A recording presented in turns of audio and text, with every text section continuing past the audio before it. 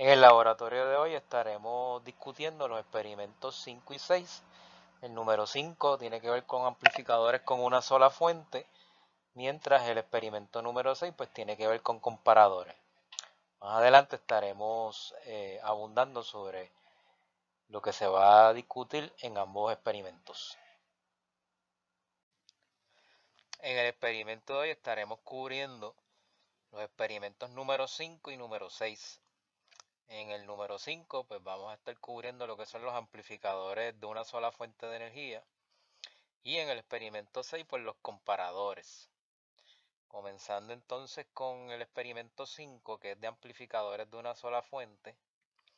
Pues básicamente en este experimento lo que se busca es convertir un circuito, como el que vamos a mostrar aquí, que es el que vamos a montar, de 3 etapas de amplificadores operacionales, ¿verdad? Y convertirlo de estar trabajando con dos fuentes, como se ve aquí, ¿verdad? Todos tienen más VCC y menos VCC. Pues yo lo que quiero es convertirle este diseño, ¿verdad? Este circuito de 3 etapas y rediseñarlo de tal forma que pueda operar solamente con una fuente de energía, ¿verdad? Con positivo VCC. Y que generalmente lo que se hace es que se conecta a ground el menos VCC, pero como sabemos que esto amplifica tanto para voltajes positivos como para negativos, eso significa que nosotros tenemos que de alguna forma eliminar la porción negativa, ¿verdad? Para que esta porción no se recorte, la tenemos que desplazar hacia arriba. Y eso se hace añadiendo un voltaje DC, ¿verdad? Con un divisor de voltaje entre dos resistencias, de tal forma que si yo desplazo la señal hacia arriba, ¿verdad? Porque estoy trabajando con positivo VCC, ya no voy a estar trabajando con el negativo VCC en un one source, pues logro mi objetivo de poder rediseñar este circuito en vez de operando con dos fuentes de energía, más y menos VCC, con una nada más.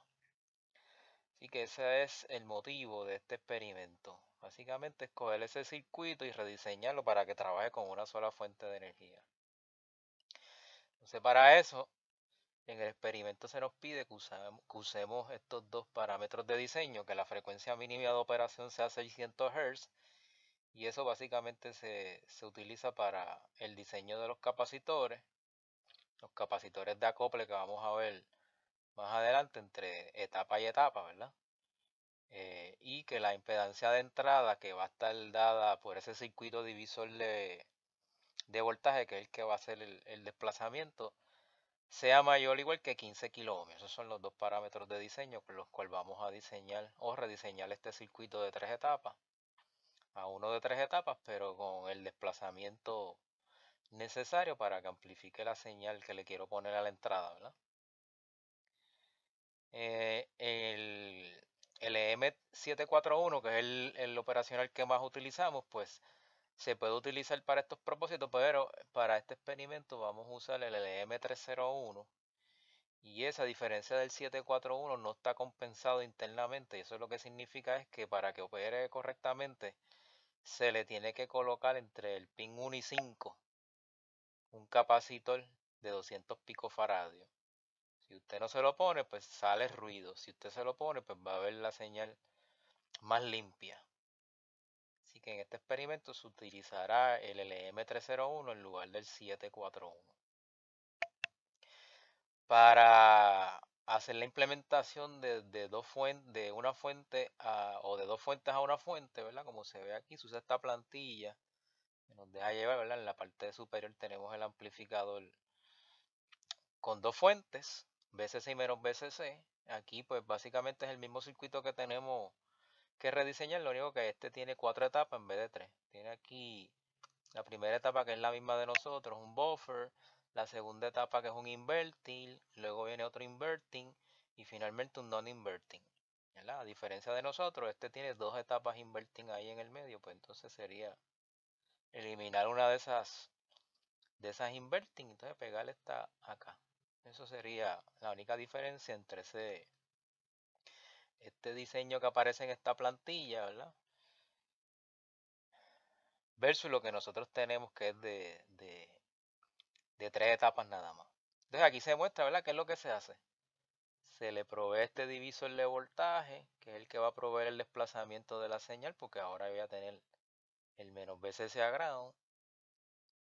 Así que se le provee en esta primera y segunda etapa, ¿verdad? Esta no la vamos a usar porque el de nosotros es 3 etapas, así que esa no va.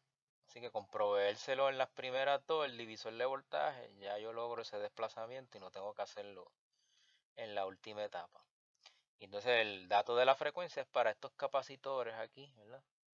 Estos capacitores, en este caso pues, esta etapa no iría, ¿verdad? Porque son 3 etapas. Esos 3 capacitores de acople, ¿verdad? Por lo tanto, para el diseño del primero, lo que va a haber es esta R1 y R2 en paralelo, como vamos a explicar ya mismo. Y en el caso de este C2, el que vería sería la R3 que yo ponga aquí. Y en el caso de este C4, el que vería sería esta resistencia que va acá. Así que eso es lo que va a determinar, ¿verdad? El diseño. Y cómo es que yo voy a seleccionar esos capacitores, ¿verdad? En base a mi diseño. Y a la frecuencia esa low que me dan. Así que entrando al diseño como tal, pues aquí vemos un ejemplo, ¿verdad? Para el capacitor este sería el C1 que aparece allá arriba. Y entonces el divisor de voltaje, ¿verdad? Si yo lo hago, ¿verdad? Aquí tengo el divisor de voltaje que es el que va a darme desplazamiento hacia arriba de la señal. Yo sé que si yo hago análisis AC, pues R1 queda en paralelo a R2.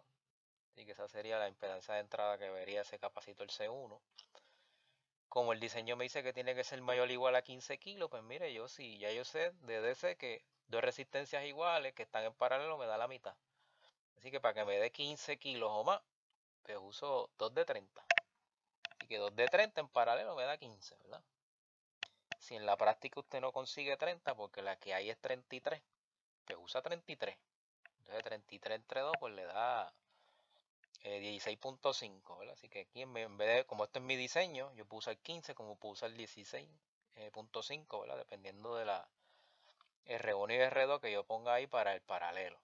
Si selecciono 30, pues entonces mi paralelo de R1 y R2 daría 15. Y entonces ese 15 para el C1, ¿verdad? Ese es el que yo pondría aquí en mi fórmula para calcular ese capacitor, ¿verdad? Porque aquí en la plantilla, ¿verdad? Yo estoy diseñando este C1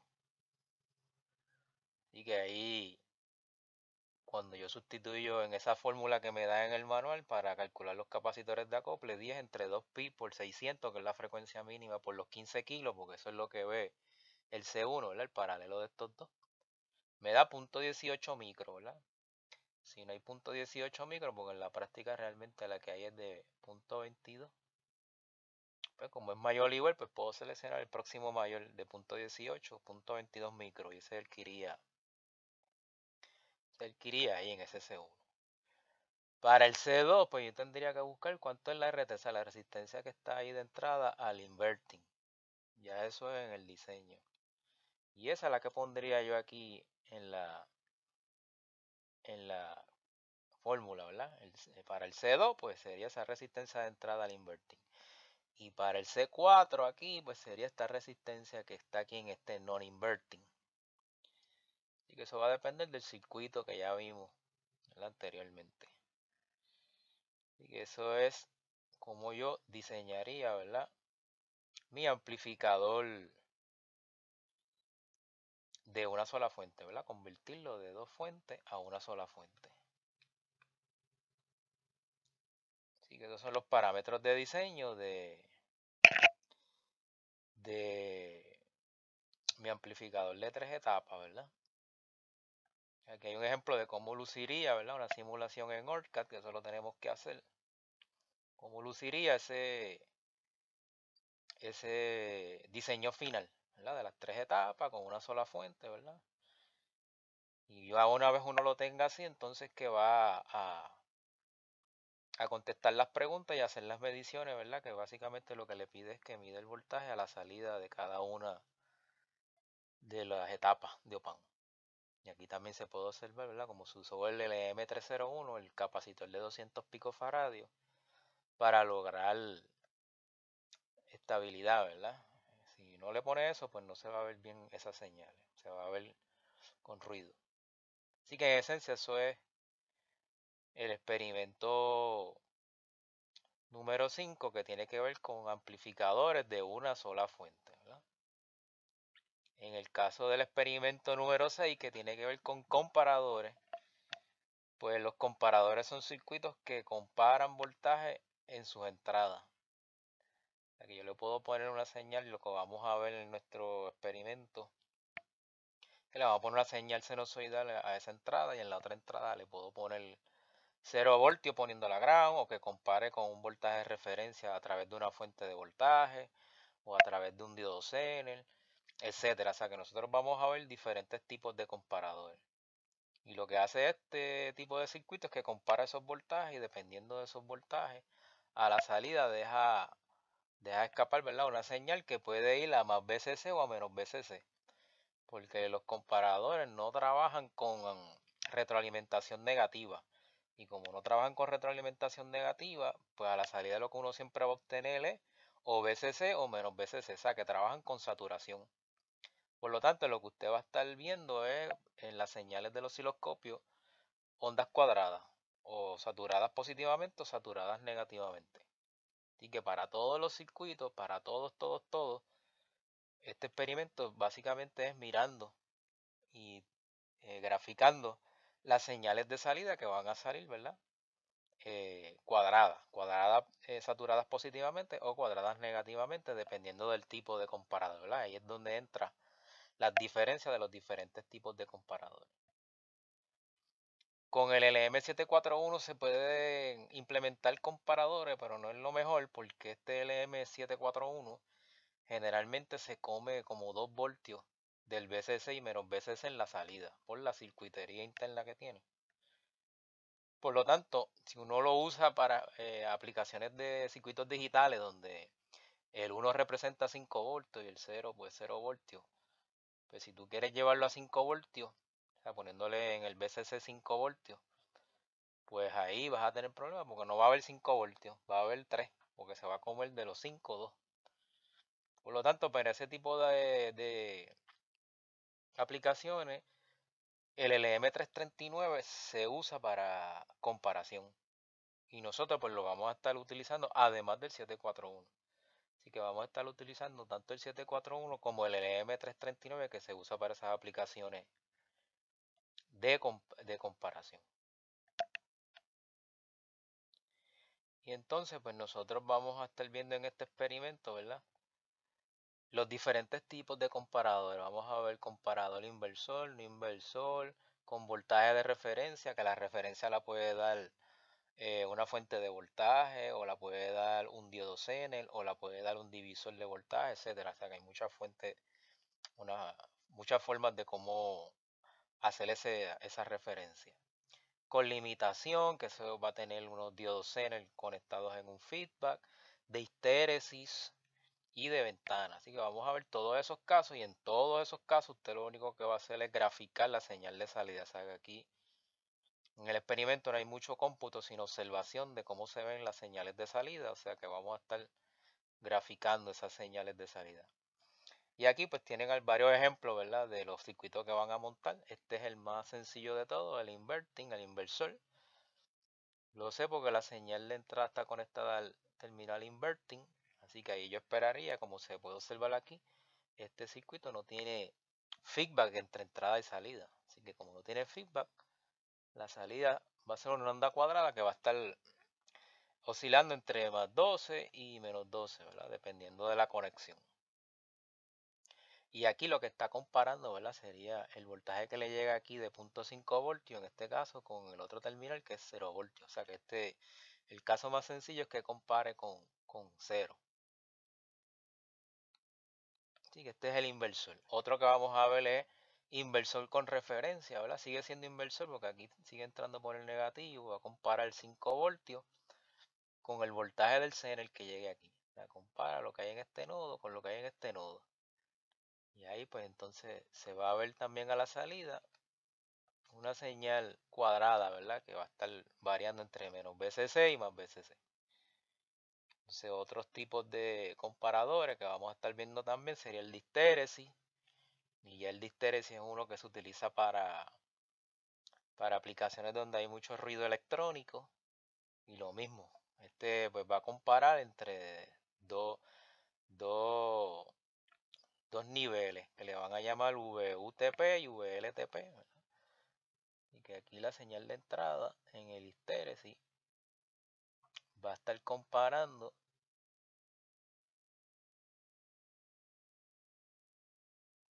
entre dos niveles, un upper trigger point y ULTP, un lower trigger point. Así que él va a estar comparando entre esos dos niveles y dependiendo si la señal se pasa del nivel alto, pues va a cambiar a menos BCC. Si se pasa del nivel bajo, va a cambiar a más BCC y de nuevo va a tener en la salida una señal cuadrada. Y entonces el último que vamos a ver es el de ventana, que trabaja parecido al histéresis, porque entonces tiene también, va a estar comparando entre una ventana de valores. Lo único que este, pues como trabaja con el LM339 y este es one source, pues entonces la salida no va a ser entre menos y más BCC, sino que va a ser entre más BCC y 0 voltios. Y que lo que uno puede esperar es que vea señal cuadrada, pero no a menos BCC, ¿verdad? Va a haber señal cuadrada a la salida, ¿verdad? Entre más BCC y 0 voltios. Y la ventana de comparación la establecen estos dos potenciómetros. Aquí dice un voltaje low y un voltaje up. O sea que la señal de entrada que viene aquí se va a comparar con esos niveles up y low que los va a determinar, ¿verdad? El potenciómetro. Esos dos potenciómetros, yo voy a poder variar ese V up y V low de acuerdo a lo que me pidan en el experimento. Así que con esto terminamos esta explicación del experimento número 5 de amplificadores con una sola fuente y el experimento número 6 de comparadores.